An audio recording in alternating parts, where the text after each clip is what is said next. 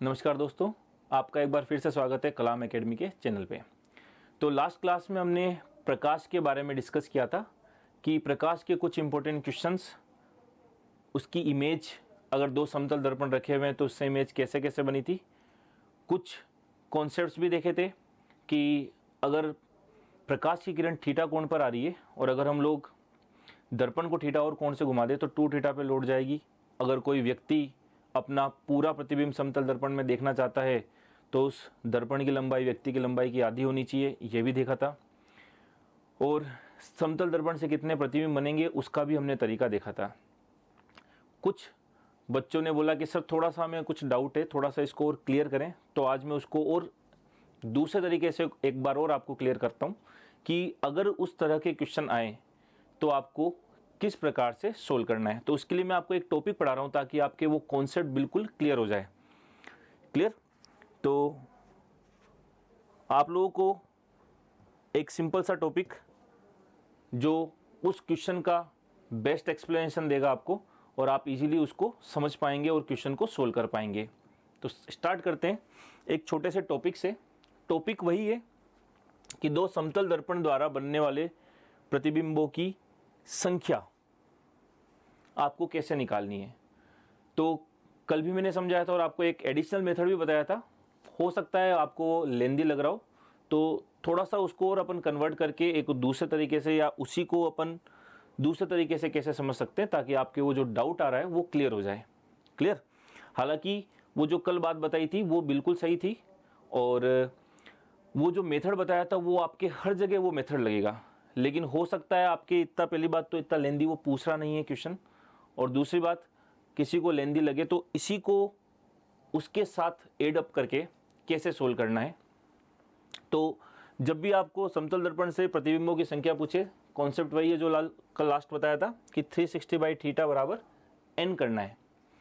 360 by theta बराबर जब n की वैल्यू निकालेंगे तो ये जो n की वैल्यू है, n की वैल्यू आपको सम मिलती है या विषम मिलती है, इवन मिलती है या ओड मिलती है, इसके ऊपर डिपेंड करता है कि इसकी वैल्यू सम है या विषम है। अगर इसकी वैल्यू आपको क्या मिलती है, सम मिलती है, तो केस वही सममित या असममित, सिमेट्रिक या असिमेट्रिक कंडीशन में जब भी वस्तु रखी हुई हो, आपको दोनों कंडीशन में n-1 करना है इमेज प्राप्त करने के लिए कि इमेज की संख्या कितनी बनेगी।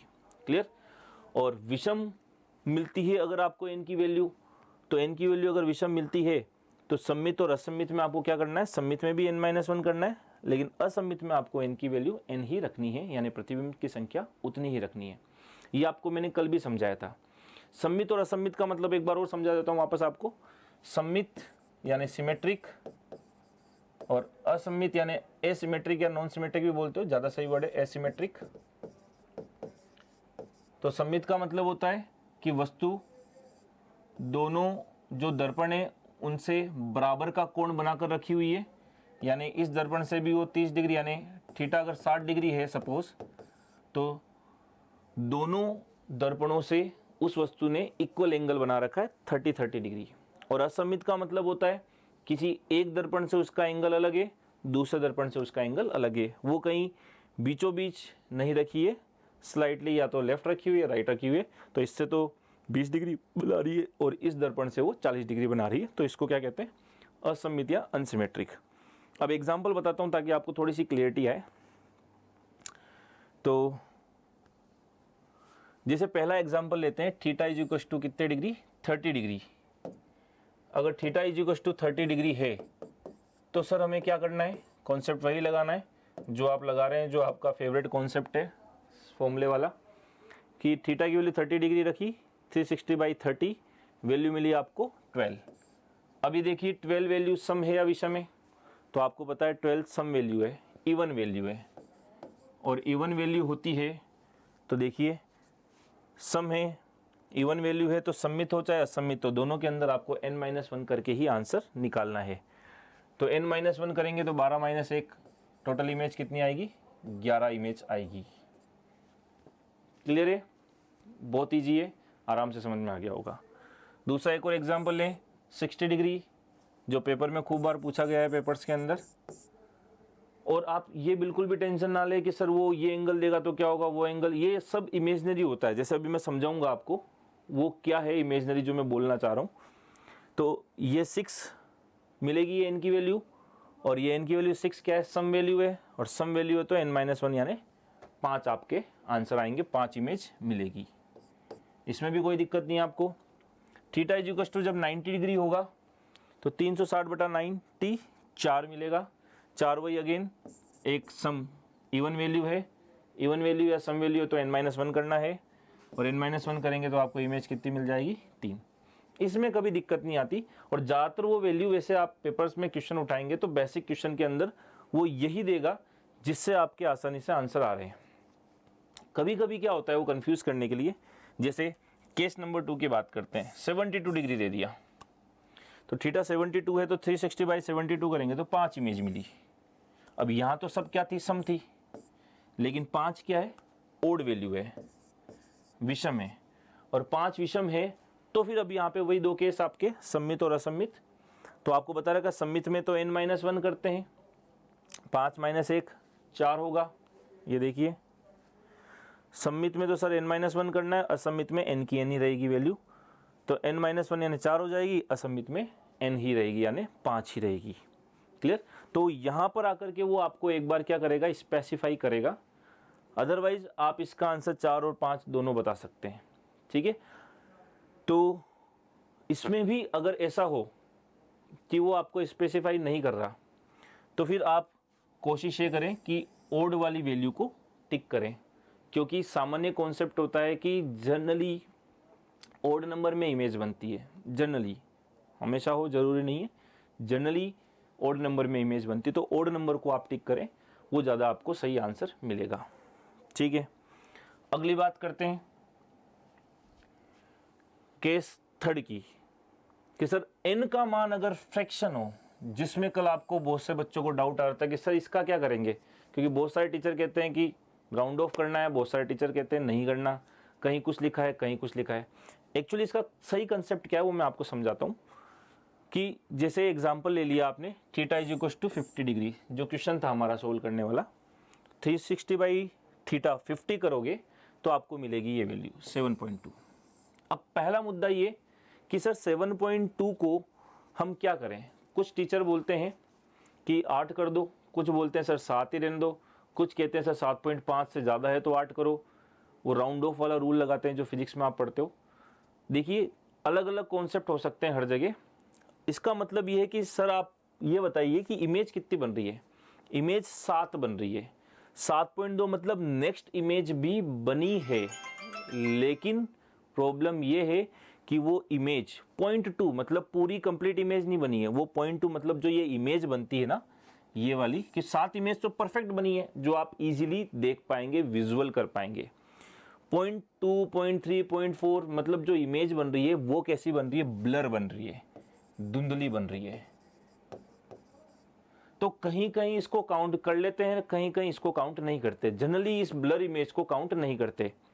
ठीक है। तो वो आपको कंफ्यूजन जो होता है वो इसलिए होता है कि सर कहीं तो 7 दे रखा है, कहीं 8 होगा, कोई पढ़ा रहा है 8, कोई पढ़ा रहा है 7, क्योंकि इसका कोई फिक्स कॉन्सेप्ट नहीं है।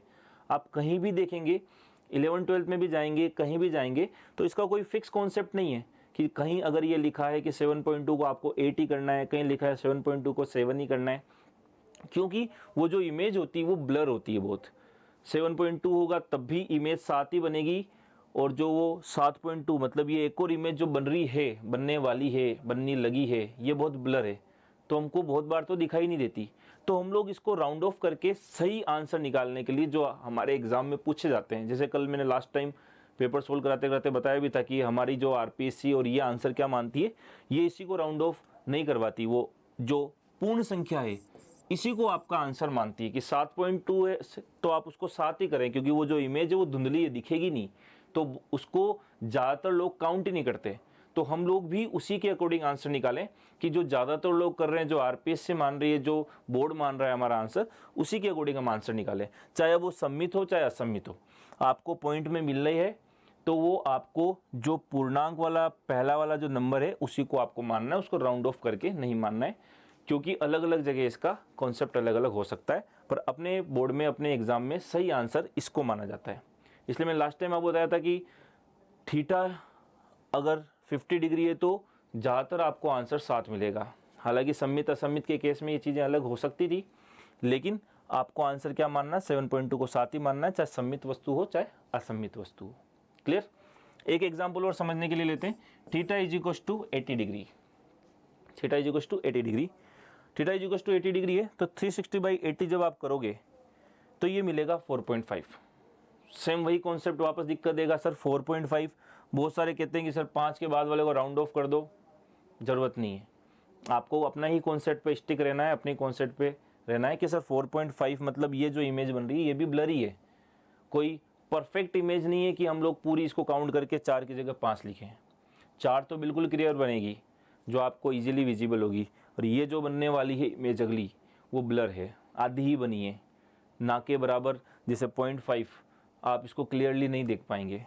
तो इसको भी वही एज यूजुअल कि 7.2 है तो 7 लिया, 4.5 है तो इसको क्या लोगे 4, चाहे सम्मित हो चाहे असम्मित हो। और ये तो मैंने क्या बोला था कि ये जो कॉन्सेप्ट था, कल आपको पढ़ाते टाइम भी बताया था कि ये जो कॉन्सेप्ट है ये कहाँ आके फेल हो जाता है, जहाँ पर पूर्णांक की वैल्यू नहीं आती। जब पूर्णांक आ रही तब तो कोई दिक्कत ही नहीं है। जैसे आप देखो पूर्णांक वैल्यू आ रही है यहाँ पे, यहाँ होल नंबर आ रहा है तो यहाँ तो आपको किसी प्रकार की कोई दिक्कत हो ही नहीं रही है। दिक्कत ही तो आपको कहाँ हो रही थी, जब ये वैल्यू n की वैल्यू क्या आ रही थी, इंटीजर आ रही थी, इंटीजर क्या सॉरी फ्रैक्शन आ रही थी। तो जब इसकी वैल्यू फ्रैक्शन आ रही थी तभी तो दिक्कत हो रही थी। तो ये तो मैंने आपको कल भी समझाया था जब लास्ट क्लास पढ़ाई थी कि जब n की वैल्यू फ्रैक्शन आती है तब ये फॉर्मूला काम नहीं करता। ये तो जस्ट आधी इंफॉर्मेशन दे रहा है आपको कि सर 7 इमेज तो बन गई, बाकी की धुंधली है। तो ये एग्जैक्ट इन्फॉर्मेशन नहीं देता। सही तरीका तो वही है जो मैंने कल लास्ट में आपको पढ़ाया था, लेकिन वो थोड़ा सा आपके लिए लेंदी हो गया होगा, तो इस वजह से मैंने ये वापस आपको समझाने के लिए इसके अंदर इंक्लूड किया है, ताकि अब आपके एटलीस्ट आपके एग्जाम के क्वेश्चन तो इससे सारे क्लियर हो जाएंगे। क्योंकि इसका कोई फिक्स कॉन्सेप्ट नहीं। 7.2 को बहुत जगह 8 भी काउंट कर लेते हैं और कुछ जगह 7 भी काउंट कर लेते हैं। तो अपने को क्या आंसर टिक करना है जो आपके क्वेश्चन को सही कराएगा, वो ये है कि जब इंटीजर वैल्यू आएगी तब ये फॉर्मूला एग्जैक्ट काम नहीं करता। तो उसका हमने तरीका निकाल लिया कि आप इसको ऐसे सोल्व करके आंसर को निकाल सकते हो। आई थिंक आज आपको और अच्छे से क्लियर हो गया होगा। तो आप इस चीज़ को यूज़ करें ताकि आपके जो क्वेश्चंस हैं उनके आंसर आपके बिल्कुल सही आएंगे। आशा करता हूँ आपको ये बात समझ में आई होगी। क्लियर। नेक्स्ट जो क्वेश्चन बचा हुआ था उस पर चलते हैं। क्वेश्चन था कि दूरदृष्टि दोष के मरीज को कैसा चश्मा लगाया जाता है। ठीक है, तो जो चश्मा लगाते हैं उसमें जो लेंस होता है वो कैसा होता है, उत्तल लेंस होता है या अवतल लेंस होता है, कॉन्वेक्स है या कॉनकेव लेंस है। ठीक, तो जब भी अगर ऐसा वो पूछे तो इसको समझना कैसे है। तो पहले तो हम लोग समझते हैं कि जो चश्मा लगाते हैं तो ये दोष वोष का मतलब क्या है। तो सिंपल सी बात, आप अगर आई पढ़ेंगे तो आई में आपको पढ़ाया जाएगा कि आपकी आँख की स्ट्रक्चर लगभग ऐसी है,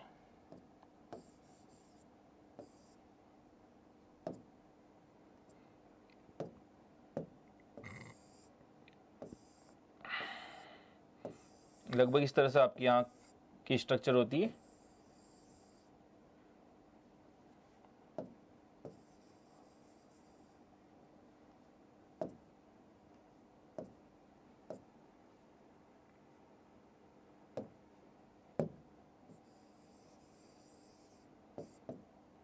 इस तरह से आपको आँख दिखाई देती है। पीछे लेंस होता है, आगे कॉर्निया और ये पार्ट होते हैं, पीछे की तरफ रेटिना होता है।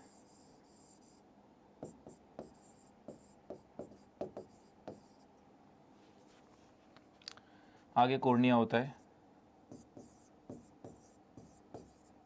यहाँ लेंस होता है, इस तरह की स्ट्रक्चर होती है।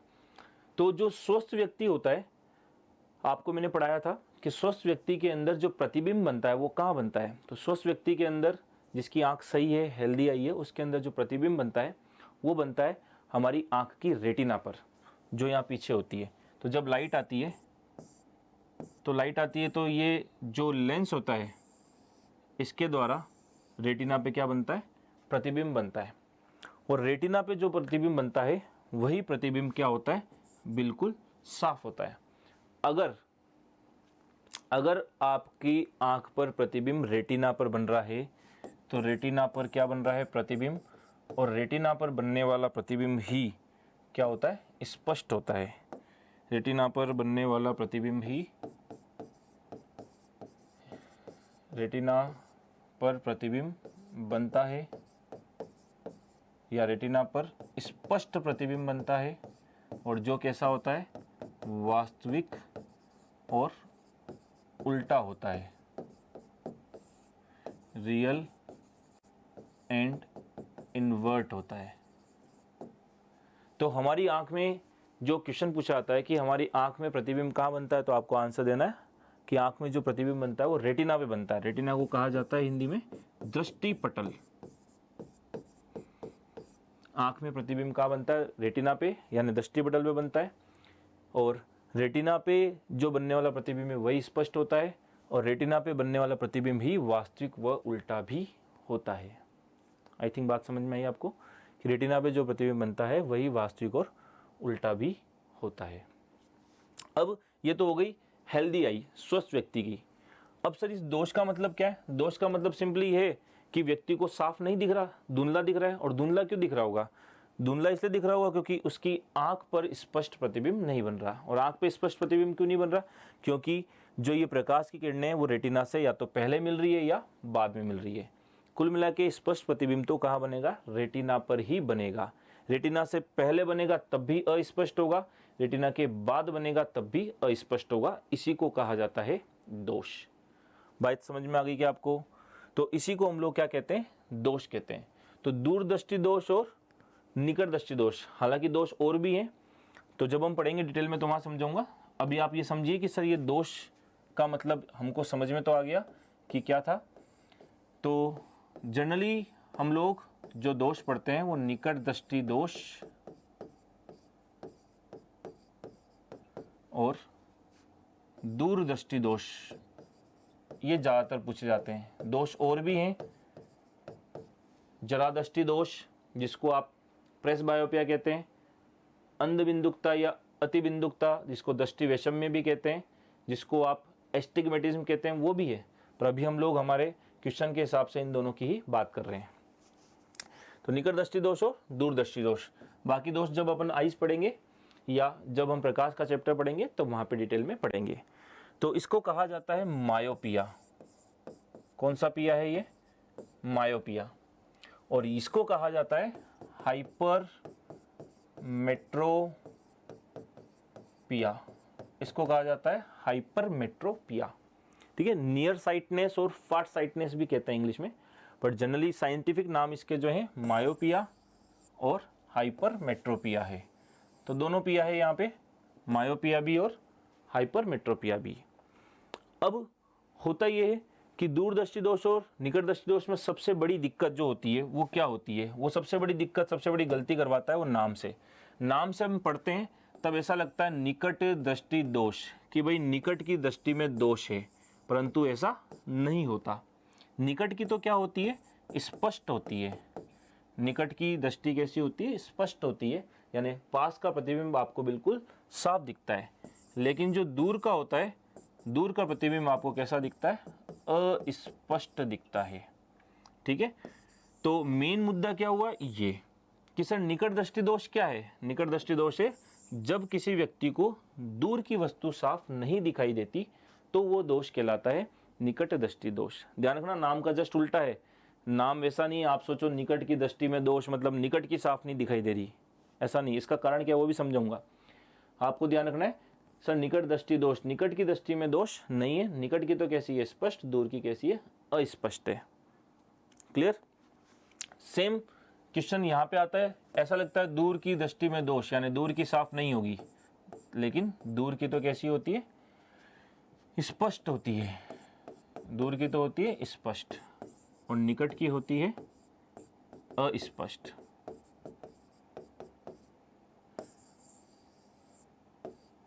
साफ नहीं होती।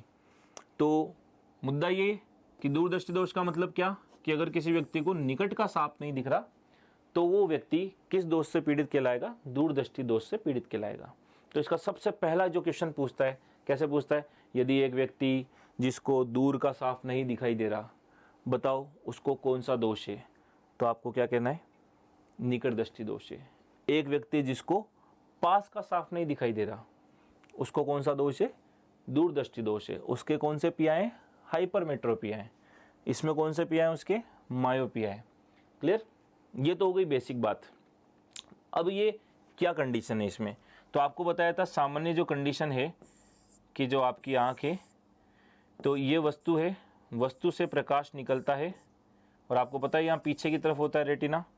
अब ये प्रकाश अगर रेटिना पे जाके मिले तो आप कहोगे सर रेटिना पे तो स्पष्ट प्रतिबिंब बनता है, मतलब यहाँ तो कोई दोष होगा नहीं, और यहाँ कोई दोष होगा नहीं, मतलब ये वाला डायग्राम तो इसका नहीं हो सकता, क्योंकि यहाँ तो आपने प्रकाश को कहाँ मिला दिया, रेटिना पे मिला दिया, तो सर ये तो दोष होगा ही नहीं। तो दोष कब होगा, जब मैंने बताया आपको कि प्रतिबिंब या तो पहले बन जाए या प्रतिबिंब बाद में बन जाए। तो एग्जैक्टली होता क्या है इसके अंदर, ये जो प्रकाश है, ये जो प्रकाश है, ये प्रकाश इस रेटिना के पहले ही मिल जाता है, और जहाँ प्रकाश की किरणें मिलती है वहीं क्या बनती है, वहीं इमेज बनती है, प्रतिबिंब बनता है। तो क्वेश्चन आता है कि निकट दृष्टि दोष में प्रतिबिंब कहाँ बनता है, तो आप क्या बोलोगे, इसमें प्रतिबिंब बनता है रेटिना के पहले, प्रतिबिंब रेटिना के पहले बनता है।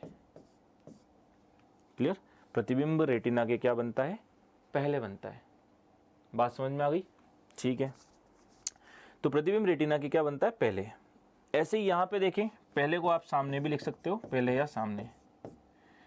अब ऐसी दूरदृष्टि दोष में यही सेम बात, ये आँख, ये वस्तु, ये निकला इससे क्या, प्रकाश, और ये पीछे क्या है, रेटिना। अगर ये प्रकाश रेटिना पे मिल जाए तो कोई दोष होगा ही नहीं, तो स्वस्थ आँख है, मतलब रेटिना पे तो नहीं मिल रही, पहले यहाँ पे मिल नहीं सकती, क्योंकि अगर प्रकाश पहले ही मिल जाएगा तो सर कंडीशन ये हो जाएगी निकट दृष्टि दोष वाली। तो ऑब्वियसली बात, अब ऑप्शन क्या बचा, ये प्रकाश कहाँ जाके मिलता है, ये प्रकाश अगर रेटिना के पीछे जाके मिले तो प्रतिबिंब कहाँ बनेगा, इमेज कहाँ बनेगी, रेटिना के पीछे। तो इमेज इसमें रेटिना के पीछे या बाद में बनती है, पीछे या बाद में बनती है। तो इसमें जो इमेज बनेगी वो रेटिना के पीछे या बाद होगी। और तीसरा इसका इंपॉर्टेंट क्वेश्चन पूछता है कि इसका निवारण कैसे करें, कौन सा लेंस लगाएं। तो निवारण क्या होता है इसके लिए, निवारण इसके लिए होता है आंखों में हम लोग लेंस लगाते हैं।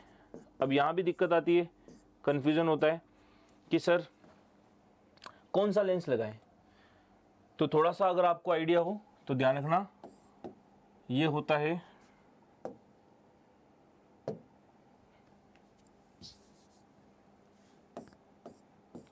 उत्तल लेंस, कॉन्वेक्स, पढ़ाऊंगा डिटेल में। ये क्या करता है, जो प्रकाश आता है उसको एक बिंदु पर क्या कर देता है, मिला देता है। उत्तल लेंस क्या करता है, प्रकाश को एक बिंदु पर मिला देता है, कन्वर्ज कर देता है, इसलिए इसको कन्वर्जिंग लेंस यानी अभिसारी लेंस भी कहते हैं, अभिसारी लेंस भी कहते हैं, कन्वर्जिंग लेंस भी कहते हैं इंग्लिश में। तो ये तो उत्तल लेंस का फंक्शन है कि जो भी प्रकाश आ रहा है उसको एक बिंदु पे क्या कर देगा, वास्तव में मिला देगा।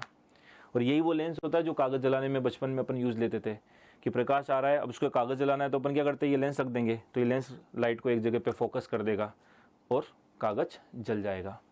ऐसे ही इसका ऑपोजिट अगर अवतल लेंस होता है, कॉनकेव, तो अवतल लेंस का काम होता है ये प्रकाश को क्या कर देता है, फैला देता है, डाइवर्स कर देता है, इसलिए अवतल लेंस का नाम एक और दे रखा है डाइवर्जिंग लेंस। डाइवर्जिंग को बोलते हैं अपसारी, फैलाने वाला लेंस। तो ये दो फंक्शन जब मैं डिटेल में आपको पढ़ाऊंगा तब बताऊंगा, लेकिन फिलहाल यहाँ पे कैसे यूज आएंगे कि सर हम यहाँ पे कौन सा लेंस यूज़ करें। एक जगह उत्तल लेंस यूज़ होता है, एक जगह अवतल लेंस यूज़ होता है, तो आपको कैसे याद रखना है, उसको कैसे कन्फ्यूज़न क्रिएट नहीं होने देना है। तो आप ये बात याद रखिए कि जैसे तरीका क्या है, सिंपल सा, कि सर प्रकाश यहीं पे मिल गया, आपको प्रकाश को यहाँ तक पहुँचाना है, तो यहाँ तक प्रकाश तभी पहुँचेगा जब थोड़ा सा फैले, और प्रकाश को फैलाने का काम कौन कर रहा है, अवतल लेंस कर रहा है। इसलिए हम लोग कहते हैं कि यहाँ पर जो आप आँख में चश्मे लगाते हैं वो कौन से लेंस के लगाएंगे, अवतल लेंस के चश्मे लगाते हैं। क्लियर। और अवतल लेंस की जो पावर होती है, अवतल लेंस की जो पावर होती है वो अवतल लेंस की पावर होती है कैसी, नेगेटिव, ऋणात्मक नंबर वाले चश्मे लगाते हैं। ठीक है, पावर नेगेटिव है। अब इसमें प्रकाश पीछे मिल रहा है, आपको कहाँ मिलाना है, आपको तो पहले ही मिलाना है रेटिना पे, यहीं पे मिलाना है, ये तो पीछे जाके मिल रहा है, तो यहीं पे मिलाना है। तो मिलाने के लिए कौन सा लेंस काम करता है, तो लाइट को मिलाने के लिए लेंस काम करता है उत्तल लेंस। तो आप ऐसे याद रखना, यहाँ पे कौन से लेंस के चश्मे लगाएंगे, उत्तल लेंस के चश्मे लगाते हैं। और उत्तल लेंस के चश्मे लगाते हैं तो उत्तल लेंस के लिए पावर आती है पॉजिटिव, इसलिए हम लोग कहते हैं कि हम लोग प्लस नंबर का चश्मा पहन रहे हैं, यहाँ कहते हैं माइनस नंबर का चश्मा पहन रहे हैं। तो आपको ये बात और क्लियर हो गई होगी कि अगर किसी के माइनस नंबर का चश्मा है मतलब उसका कौन सा पिया है, उसके मायोपिया है, निकट दृष्टि दोष है, उसको कौन सी साफ नहीं दिख रही, दूर की साफ नहीं दिख रही। और अगर किसी के प्लस नंबर का चश्मा है मतलब उसके कौन सा पिया है, उसके हाइपरमेट्रोपिया है, दूर दृष्टि दोष है, यानी उसको निकट की साफ नहीं दिख रही। आई थिंक इतनी बात क्लियर है बहुत अच्छे से। तो आप इसको स्क्रीनशॉट ले सकते हैं, ले लिया होगा। तो आई थिंक आपको ये दोनों समझ में आ गए, बहुत इंपॉर्टेंट है और बहुत कंफ्यूजिंग है। सबसे ज़्यादा क्वेश्चन यहीं से आते हैं कि सर दूरदृष्टि दोष और निकट दृष्टि दोष में एग्जैक्टली होता क्या है। और भी दोष है, प्रेस बायोपिया, एस्टिग्मेटिज्म, वो जब मैं आपको डिटेल पढ़ाऊंगा तो वहाँ समझूंगा, पर यहाँ भी ऑप्शन के अंदर ये दोनों नाम है, तो आपको ये समझ आ गए होंगे। अभी याद करने का तरीका क्या है, और भी बेटर तरीके से याद करने का तरीका सिंपल सा, कि नाम है निकट दृष्टि दोष, तो ये वस्तु है, ये वस्तु है, तो ऐसे याद रखना, निकट दृष्टि दोष, ये निकट दृष्टि दोष है, तो ये वस्तु है, तो वस्तु के निकट ही बन गया क्या, प्रतिबिंब। निकट बन गया मतलब पहले ही बना, तो रेटिना के पहले बनेगा प्रतिबिंब।